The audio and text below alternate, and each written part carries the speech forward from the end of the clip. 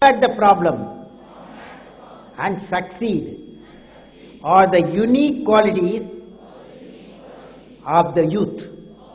As a youth of a nation,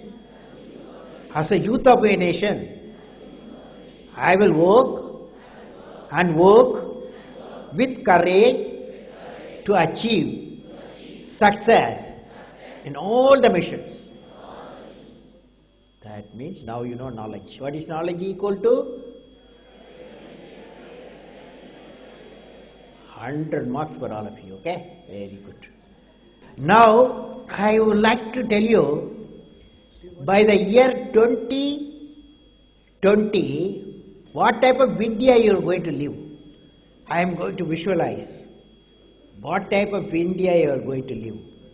A nation where the rural and urban divide is reduced to a thin line. A nation where there is an equitable distribution and adequate access to energy and quality water. A nation where agriculture, industry and service sector work together in symphony. A nation where education with value system is not denied to any meritorious candidate because of societal or economic discrimination. A nation which is the best destination for the most talented scholars, scientists and investors. A nation where the best of healthcare is available to all. A nation where the governance is responsive, transparent and corruption free.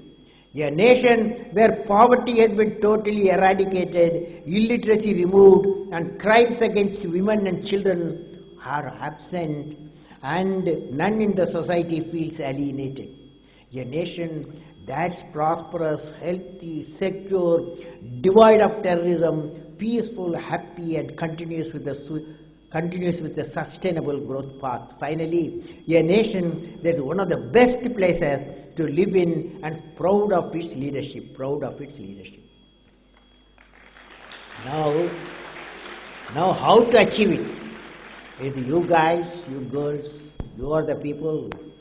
The ignited mind of the youth is the most powerful resource on the earth, above the earth and under the earth.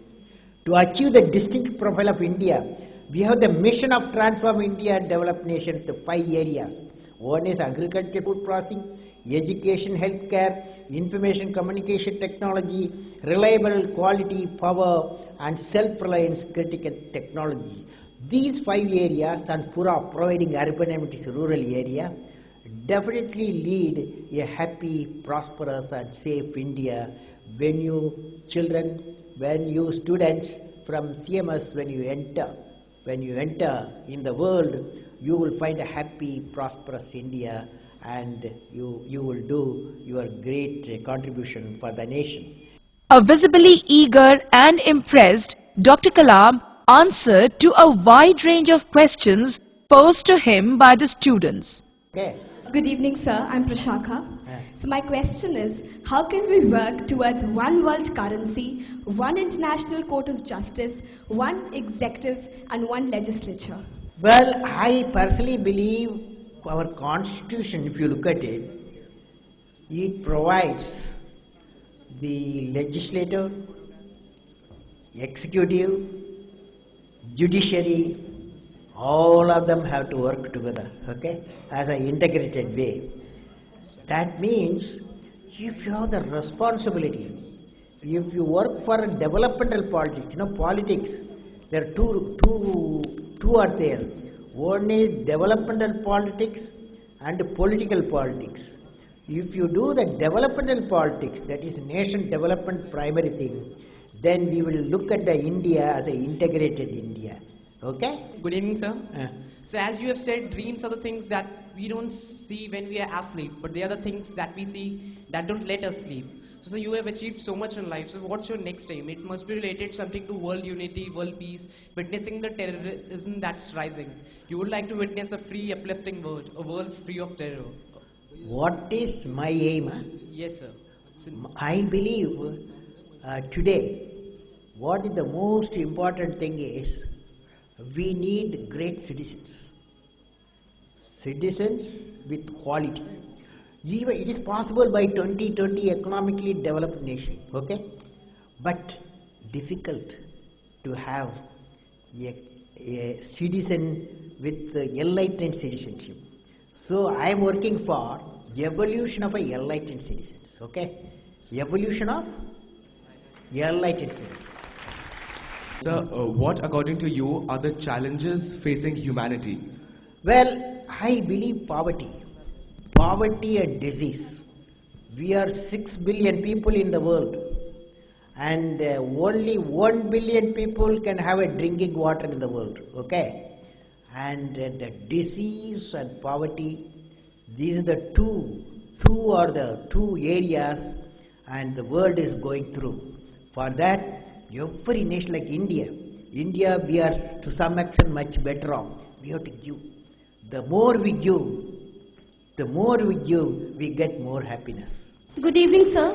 I'm Smriti Tripathi, and I want to ask, is the United Nations working up and living up to the expectation that it was formed? No. Or do we need a parallel world body? No, not at all. United Nations, when it was formed in 1945, its job was, its mission was, when there is a conflict come in, when the conflict comes in, at the conflict stage, United Nations should discuss, remove the conflict, a conflict-free society. It should not be developed as a war. But what you have witnessed is, conflicts have become war-like thing. Finally, it has landed in war. Countries have landed in the war in spite of the United Nations. Okay? So we need a new charter. What according to you does international law mean to the ordinary people? I believe every nation makes law to suit its national development. Okay? That is the primary law should meet the needs of the nation. For example, we need laws of sea. We need laws of space. For example, space, there is a geosynchronous orbit. In the geosynchronous orbit, most of the orbits have been occupied by the developed world. Okay? Now there is a law needed. There we need an international law. International law, which slot, which country is essential. Okay? Sir, I've read your book, Ignited Minds, in which you said that the time has come now that the youth of India should be empowered. Sir, how can we convince the youth of India today that India too can be a superpower when they feel that there are no future prospects for them in this country? Well, it is not, our dream is not become a superpower. Our dream is how do we transform 220 million people who are below the poverty line, lift them up. So that means economically a developed nation and with good citizens. This is our dream. We should work for that. Is not we don't want to compare with that superpower. We want a happy, prosperous, safe India. Okay? We work for it. Good evening, sir.